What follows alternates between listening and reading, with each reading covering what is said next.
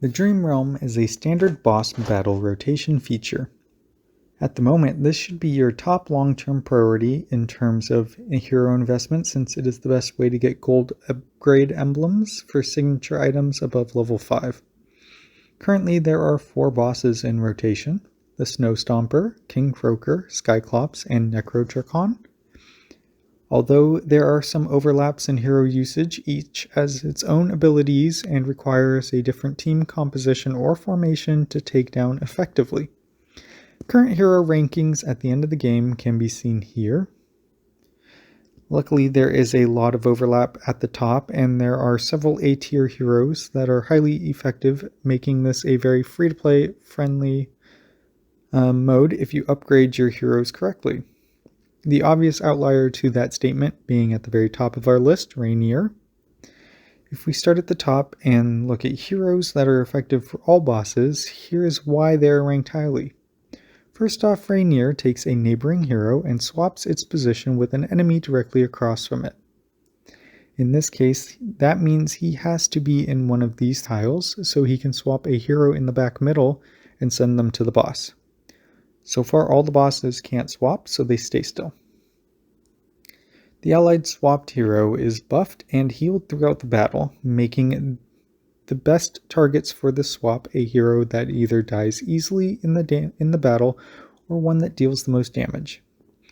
Merrily is the active single target DPS champion. With active mobility, she is able to avoid most boss AoE abilities and has a very high attack speed and damage with or without ultimates. In most cases, she will be your target for individual hero buffs, and due to this importance of this mode for needed resources, she should also be one of your top priorities for higher investments. Corrin ends up being a surprise hero here. He has above average single target DPS and provides shields to your most injured heroes. This combination of survivability added and DPS makes him a valuable ally in the Dream Realm. Odie is currently the second best single target DPS. While he is currently useful in all, he is likely most susceptible falling out of meta here, pending future heroes. Regardless, I imagine he will remain a solid alternate for a while to come. Smokey is able to maintain average healing to allies while also buffing them. You'll want him somewhere near the front to reach most of the battlefield, and with his signature weapon he is able to deal damage with his ultimate, which ends up making the difference later on when rank margins get tight. Kruger combines decent survivability with the best enemy defense debuff currently available. At higher ascension, if you place him with no neighboring allies, he gets a defense buff as well, which could be helpful situationally. If you combine the information about these heroes with each specific boss's information, you start to see how the current top team compositions line up. Most of these team comps have been designed by Vacha, who posts his own update videos on Dream Realm often. And they have been tested by the Analytica group. Starting off with the Snow Stomper, this boss silences your team so you are unable to use abilities and deals some pretty decent damage over time. This renders Smokey almost useless, but leaves most of the other top contenders in a decent position. A couple of wildcards for this boss, due to their ability to buff other heroes and not being reliant on their ultimates, would be Cassidy and Shakir. A note for Cassidy is she buffs an allied hero. Look for the blue wind icon around them when setting up your team. Endgame formations for this boss will look like these currently. If you're still working on building your team and have limited selection of heroes, don't be afraid to sub in where needed. You can try Damien or Rowan if the team survival is needed. Muriel, Vala, Seth, Laika, or Cessia can be used to sub out DPS heroes. And Tamesia or Thoran can be used if a single unit is struggling to survive. For King Croaker, the biggest thing is Thoran. He is the only unit that is able to survive the insta-kill ability of this boss, and twice even once you unlock his signature ability. Beyond that, this is a pretty standard fight that goes well with consistent healing. There's not a lot of great subs here, so you don't have So if you don't have the main ones built, you'll likely need to play around a bit and use your best judgment.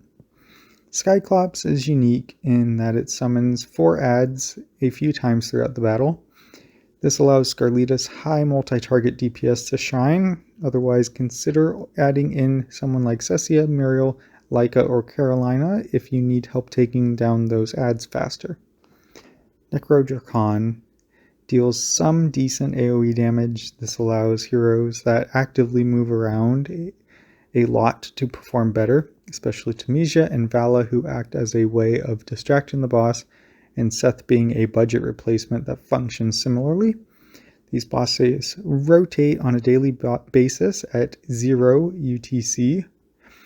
You get 10 free attacks daily, and you can purchase more attacks with gold if you'd like.